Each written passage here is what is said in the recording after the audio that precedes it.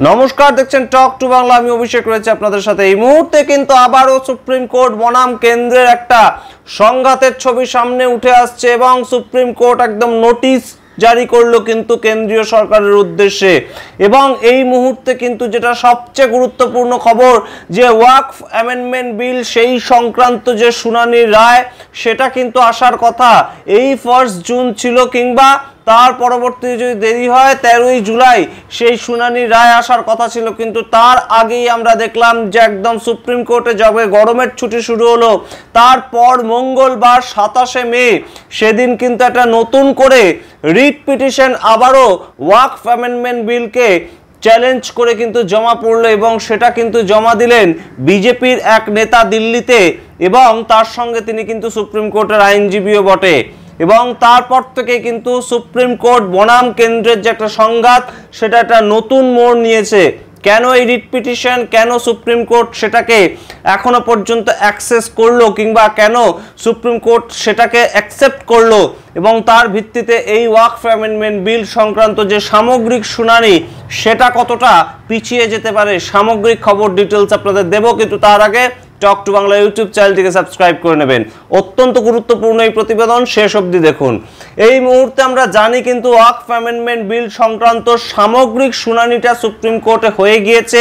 20, 21, 22 এই 3 দিন জুড়ে কিন্তু দুপক্ষের কথাই শুনেছেন প্রধান বিচারপতি বি.আর. গাওয়াই। এবং তারপর যে ঘটনাটা আমরা দেখেছি যে একদম 26শে মে যেদিন কিন্তু সুপ্রিম কোর্টের একদম গরমের ছুটি অর্থাৎ সামার ভ্যাকেশন পড়ে যাওয়ার দিন ছিল, সেদিনও কিন্তু এই ওয়াকফ অ্যামেন্ডমেন্ট বিল সংক্রান্ত সামগ্রিক মামলাটা শোনা হয়েছে। প্রধান বিচারপতির বেঞ্চ সেটাকে শুনেছে এবং তারপর যে সামগ্রিক 2025 সালের ওয়াকফ অ্যামেন্ডমেন্ট বিল সংক্রান্ত যে মামলার রায় সেটা কিন্তু একদম সংরক্ষিত করে রেখে দেওয়া হয়েছে বলেই খবর উঠে এসেছিল সূত্র মারফত। কিন্তু তার মধ্যেই যে ঘটনাটা 27শে মে আমরা দেখতে পেলাম সেটা কিন্তু রীতিমতন একদম সারা দেশে একটা উত্তেজনা আবার নতুন করে তৈরি করতে পারে, তেমনই কিন্তু মনে করছেন ওয়াকিবহল মহল। তার কারণ এই মুহূর্তে অশ্বিনী উপাধ্যায় তিনি দিল্লিতে একজন বিজেপির নেতা এবং সুপ্রিম কোর্টের একজন লয়ার। তিনি কিন্তু তার যে ক্লায়েন্ট নিখিল উপাধ্যায় তার হয়ে একটা রিট পিটিশন জমা করেন সুপ্রিম কোর্টে। এবং সেই রিট পিটিশনে কিন্তু তিনি বলেন যে 1995 সালের যে ওয়াকফ অ্যামেন্ডমেন্ট বিল ছিল, যে ওয়াকফ সংশোধনী আইন ছিল, সেটাকে তারা মানছেন না, সেটাকে তারা চ্যালেঞ্জ করছে। এবং এই মুহূর্তে কিন্তু যে বক্তব্যটা উঠে আসছে, ওয়াকিবহল মহল মনে করছে যে কেন হঠাৎ সামগ্রিক শুনানিটা হয়ে যাওয়ার পর এই একদম অশ্বিনী উপাধ্যায় নতুন একটা রিট পিটিশন এই ওয়াকফ অ্যামেন্ডমেন্ট বিল সংক্রান্ত 1995 সালের যেটা ওয়াকফ অ্যামেন্ডমেন্ট বিল সেটাকে চ্যালেঞ্জ করে কেন হঠাৎ করে রিট পিটিশনটা জমা দিলেন সুপ্রিম কোর্টে। তার কারণ হিসাবে ওয়াকিবহল মহল কিন্তু মনে করছেন যে কপিল সিব্বল এবং অভিষেক মানু সিংভি তাদের মতো লয়াররা মামলাকারীদের পক্ষে যে সওয়াল জবাব করেছেন এবং তার পরিপ্রেক্ষিতে সিজিআই সঞ্জীব খান্নার পরবর্তীতে সিজিআই বি.আর. গাওয়াইও ঠিক যেমন মনোভাব রেখেছেন, সেটা কিন্তু অবশ্যই 2025 সালের যে একটা ওয়াকফ অ্যামেন্ডমেন্ট বিল সেটাকে কেন্দ্র করে বেশ খানিকটা এই মুহূর্তে মনে করা যাচ্ছিল যে হয়তো ওয়াকফ অ্যামেন্ডমেন্ট বিলটাকে স্টে দিয়ে দিবে সুপ্রিম কোর্ট। এবং সেই জায়গা থেকেই একদম রায় আসার ঠিক আগের মুহূর্তে একটা নতুন রিট পিটিশন 1995 সালের ওয়াকফ অ্যামেন্ডমেন্ট বিল সেটাকে চ্যালেঞ্জ করে রাখলেন অশ্বিনী উপাধ্যায়। এবং সেটা কি কোথাও গিয়ে কেন্দ্রের একদম মাথা প্রসূত, মস্তিষ্ক প্রসূত, তেমনও কিন্তু মনে করছেন অনেকে। তার কারণ এই মুহূর্তে 2025 সালের ওয়াকফ অ্যামেন্ডমেন্ট বিল সংক্রান্ত যে সামগ্রিক শুনানি, সেই ক্ষেত্রে আমরা বলতে শুনেছিলাম কেন্দ্রের সলিসিটর জেনারেল তুষার মেহতাকে 26শে মে একদম যে এই যে ওয়াকফ অ্যামেন্ডমেন্ট বিল সেটাকে যদি সুপ্রিম কোর্ট অসাংবিধানিক মনে করে তাহলে সেটার উপর সুপ্রিম কোর্ট চাইলে স্টে দিয়ে দিতেই পারে। এবং ঠিক তার পরের দিনই একদম অশ্বিনী উপাধ্যায় এই যে একদম 1995 সালের ওয়াকফ অ্যামেন্ডমেন্ট বিল সেটাকে চ্যালেঞ্জ করে রিট পিটিশন জমা দিলেন।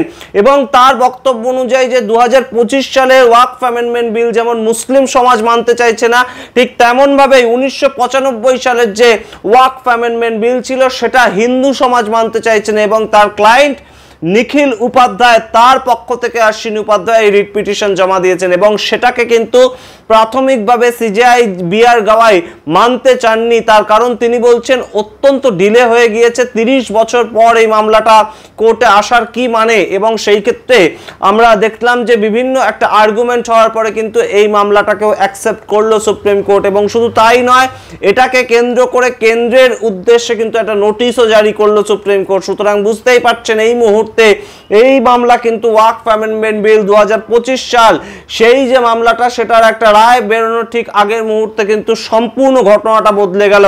এবং আপনাদেরকে মনে করাই কপিল সিব্বল থেকে অভিষেক মানু সিংভির মতন লয়ার মামলাকারীদের পক্ষে বারংবার কিন্তু কেন্দ্রের সলিসিটর জেনারেল তুষার মেহতাকে একটার পর একটা রীতিমতন জায়গায় কিন্তু বিদ্ধ করেছে এবং তারা কিন্তু বলেছে যে ভারতীয় সংবিধানের যেটা মূল সিদ্ধান্ত সম্পত্তির অধিকার, ধর্মাচরণের অধিকার এবং মানবাধিকার, অর্থাৎ সম্পূর্ণভাবে যার যার ধর্ম নিজের নিজের একদম কিন্তু পালন করার অধিকার রয়েছে এবং সমানাধিকার, এই যে তিনটে মূল ধারা, এই তিনটে ধারাকে কিন্তু এই ওয়াকফ অ্যামেন্ডমেন্ট বিল 2025 সেটা ভায়োলেট করছে। এবং সেটার উদ্দেশ্যে কিন্তু সিজেআই বি.আর. গাওয়াই এক সময় বলেন যে কেন্দ্রে পাস হওয়া কোনো বিল সেটা যে সাংবিধানিক সেটা কিন্তু আর একদম প্রমাণ করার কোনো অবকাশ থাকে না, কারণ সেটা সংসদে পাস হয়ে এসেছে। এবং সেই জায়গা থেকে আমরা যদি খুব কঠিন অর্থাৎ খুব স্পষ্ট একটা ইঙ্গিত না পাই, কোনো স্পষ্ট প্রমাণ না পাই যে এই বিল অসাংবিধানিক, তাহলে সেটাকে আমরা কিন্তু তার উপর কোনো জায়গায় স্টে দিতে পারি না। এই ক্ষেত্রে আমরা দেখতে পেয়েছি যে কেন্দ্রের তরফে তুষার মেহতা 1332 পাতার এফিডেভিট জমা দিয়েছিলেন। তিনি বারংবার প্রমাণ করার চেষ্টা করেছিলেন যে কোনোভাবেই এই বিলের ওপর সুপ্রিম কোর্ট কিভাবে কোনো প্রভিশনেই কিন্তু স্টে লাগাতে পারে না। এবং তার পরিপ্রেক্ষিতে আমরা দেখেছিলাম কপিল সিব্বল, অভিষেক মানু সিংভি কিন্তু একটার পর একটা তাদের যুক্তিও খাড়া করেছিলেন। এবং সামগ্রিক ব্যবস্থাটা যখন ঘটে গেল 20, 21, 22 এই তিনটে দিন কিন্তু একদম ক্রুশিয়ালি আমরা খবর করেছি যে কি কি খবর উঠে যাচ্ছে সুপ্রিম কোর্ট থেকে। একদম রীতিমতন কপিল সিব্বল যেমন বলছিলেন একদিকে, অন্যদিকে বলছিলেন কিন্তু সলিসিটর জেনারেল তুষার মেহতা। ঠিক তাদের মধ্যে একটা টাফ ফাইট হয়েছিল এই 3 দিন ধরে। তারপর শেষ দিন 26শে মে কিন্তু একদম তুষার মেহতাকে অত্যন্ত উত্তেজিত হয়ে যেতে আমরা দেখি এবং সিজেআই বি.আর. গাওয়াই তিনি কিন্তু রীতিমতন এক প্রস্থে আমরা দেখতে পাই এরা ধমকের সুরেই বলেন যে কন্ট্রোল ইউর সেলফ। সেই সমস্ত খবর আপনাদের সামনে রেখেছিলাম, কিন্তু একটা সম্পূর্ণ নাটকীয় মুহূর্ত কিন্তু তৈরি হলো 27শে মে 2025। এই দিন কিন্তু প্রশ্ন উঠলো 1995 সালের যে ওয়াকফ অ্যামেন্ডমেন্ট বিল সেটাকে কেন্দ্র করে এবং সেটাকে চ্যালেঞ্জ করলেন অশ্বিনী উপাধ্যায় একটা রিট পিটিশনের মাধ্যমে। এবং ওয়াকিবহল মহলের যেটা এই মুহূর্তে প্রশ্ন যে মোদি সরকার চাইলে তো একদম 1995 সালের যে ওয়াকফ অ্যামেন্ডমেন্ট বিল সেটাকেই সংশোধন করতে পারত তাদের যদি পছন্দ না হতো, কিংবা এই সামগ্রিক বিষয়টাকে তো আগেই উত্থাপিত করতে পারত। 2025 সালে যখন ওয়াকফ অ্যামেন্ডমেন্ট বিল নতুন করে নিয়ে এলো তারা তাদের ইচ্ছা মতন, সেটাকে নিয়ে আসার পর যখন দেখছে সুপ্রিম কোর্টে বেকায়দায় পড়েছে তারা, সুপ্রিম কোর্ট হয়তো স্টে লাগিয়ে দিয়ে দিতে পারে একদম সংসদে পাশ হয়ে যাওয়া যে বিলটা, তার উপর রীতিমতন সুপ্রিম কোর্ট নির্দেশ জারি করতে পারে। সেই মুহূর্তে দাঁড়িয়ে কেন শেষ দিনের পরে যখন একদম ওয়াকফ অ্যামেন্ডমেন্ট বিল সংক্রান্ত মামলার একদম রায় সুরক্ষিত করে রাখা হয়েছে, হয়তো 1 জুন সেই রায় সামনে আসতো, সেই সময় কেন অশ্বিনী উপাধ্যায়ের মতন একজন বিজেপির নেতা দিল্লিতে এবং তার সঙ্গে সুপ্রিম কোর্টের লয়ার তিনি একদম একটা রিট পিটিশন জমা করলেন সুপ্রিম কোর্টে? এই প্রশ্ন কিন্তু এখন উঠছে এবং অবশ্যই এই প্রশ্ন কিন্তু গুরুত্বপূর্ণ। তার কারণ ওয়াকফ অ্যামেন্ডমেন্ট বিল 2025 যেটা মোদী সরকার কিন্তু একদম রীতিমতন পাস করিয়েছে সংসদে সংখ্যাগরিষ্ঠতার অনুপাতে, এবং সেই বিল কিন্তু রাষ্ট্রপতি সাইন করে দিয়েছেন, এখন আইনে পরিণত হয়ে গেছে। সেটার ওপর যদি এখন একটা সুপ্রিম কোর্ট নির্দেশিকা জারি করে কিংবা নিষেধাজ্ঞা জারি করে, তাহলে কিন্তু অবশ্যই সরকারের কোথাও গিয়ে একটা পিছু হটতে হতো, সেটা একদম একটা পরিষ্কার চেহারা সামনে চলে আসতে। এবং আরেকটা প্রশ্ন কিন্তু এই মুহূর্তে উঠতে বাধ্য যে 2025 সালের ওয়াকফ অ্যামেন্ডমেন্ট বিল সংক্রান্ত যে মামলাটা, সেটার সঙ্গে কেন 1995 এর ওয়াকফ অ্যামেন্ডমেন্ট বিল সংক্রান্ত মামলাটাকে সুপ্রিম কোর্ট জুড়লো এবং সেটাকে কেন আলাদা রাখলো না? এই প্রশ্ন কিন্তু এখন উঠতে বাধ্য। তার কারণ আপনাদেরকে মনে করে 20 মে 20শে মে কিন্তু এই একই বক্তব্য, এই একই মামলার কথা বলেছিলেন প্রসঙ্গত তুষার মেহতা, কেন্দ্রের সলিসিটর জেনারেল। তখন কিন্তু সুপ্রিম কোর্টের প্রধান বিচারপতি সিজেআই বি.আর. গাওয়াই তিনি কিন্তু একদম বলে দিয়েছিলেন যে 1995 এর মামলা এখন টেনে আনবেন না, কিন্তু সেই মামলাটায় যখন রিট পিটিশন জমা দিলেন অশ্বিনী উপাধ্যায়, সেটা গ্রহণ করলোই বা কেন সুপ্রিম কোর্ট? এই সামগ্রিক প্রশ্নগুলো কিন্তু এখন উঠছে।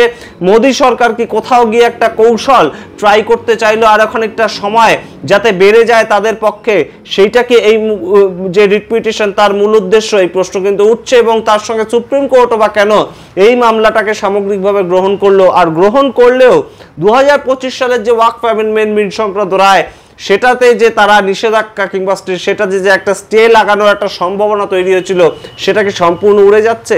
এই সামগ্রিক প্রশ্ন রাখলাম আপনাদের সামনে। আপনারা কমেন্ট বক্সে কমেন্ট করে জানান আপনাদের মতামত। দেখতে থাকুন টক টু বাংলা। প্রতি মুহূর্তে আপডেট পাওয়ার জন্য অবশ্যই টক টু বাংলা ইউটিউব চ্যানেলটিকে সাবস্ক্রাইব করে দেবেন। ধন্যবাদ।